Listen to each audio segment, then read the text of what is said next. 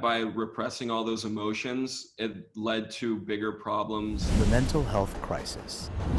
It now affects 50 million Americans. That includes our students. I'm stressing out. So much anxiety. This is a difficult time for a lot of students. We definitely need help. My name is Joel Relampagos. I'm the founder of the mental wellness program Change Your Algorithm.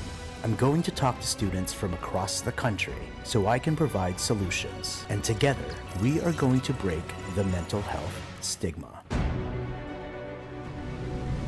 What's up, everybody, and welcome. My name's Joel Relampagos, and I'm the founder of the mental wellness program Change Your Algorithm.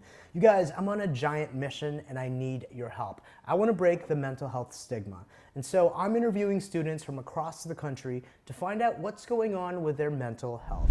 My name's Tommy McCarthy. I'm 24 years old. I graduated from Harvard in 2019 and am currently an MBA student at Rice Graduate School of Business. What's going on, Tommy? Hey Joel, how's it going? I mean, Harvard, Rice Business School, you're not doing too bad right now. So what's the story that you want to tell us today? Starting off at Harvard was a lot of fun.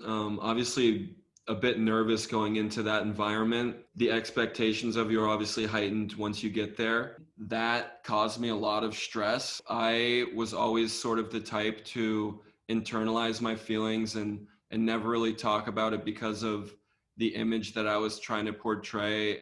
I didn't want to be perceived as weak, I think is the best way to put it. And so would you say that you were a perfectionist? I would definitely call myself a perfectionist, and I think, that's one of the main things that led to some of the struggles I had with mental and physical health. And I think that's something that a lot of people can relate to, including myself. I used to be such a perfectionist, and when I couldn't get my way, I would beat myself up about it. It would lead to a lot of stress, anxiety, feelings of unworthiness. And so you mentioned that your mental health was affecting your body. What type of symptoms were you experiencing? Really severe hip and back pain. When I first heard that my pain could be linked to my mind, I thought it was insane. And I was also like a little bit offended by it.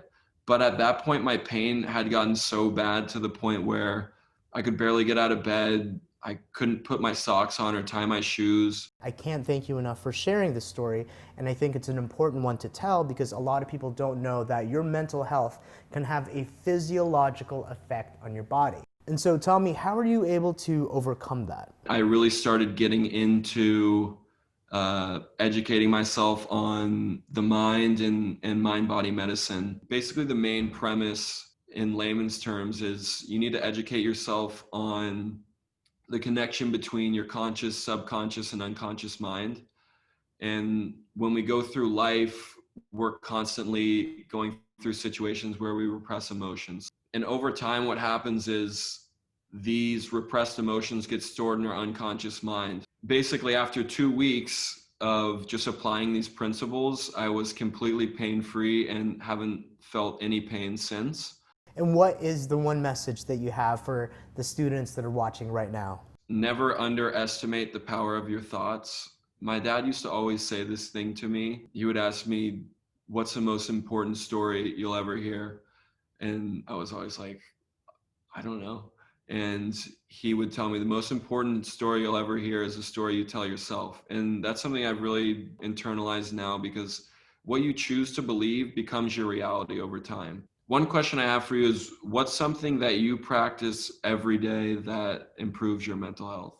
That's a great question. And for those of you watching, something that you can practice every day that can help with depression, anxiety, and stress is mindfulness. Because we worry about the future, we're thinking about the past, but through mindfulness, you stay in the present moment, and that is where you can find the solutions. It's in the here and the now. And so specifically, Tommy, something that I like to practice on a daily basis is something called the 5 senses.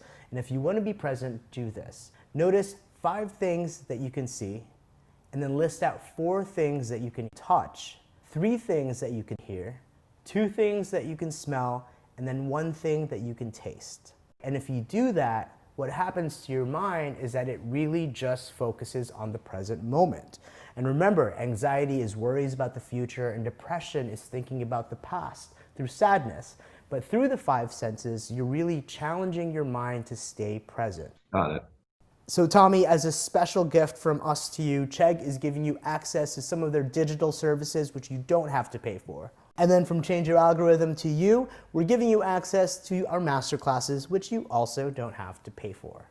Awesome. Thank you so much. And thank you for having me on. Well, there you have it, guys. Thank you so much for watching. And remember, you can sign up and take free mental wellness classes online by going to changealgorithm.com. Remember, change your algorithm, change your life.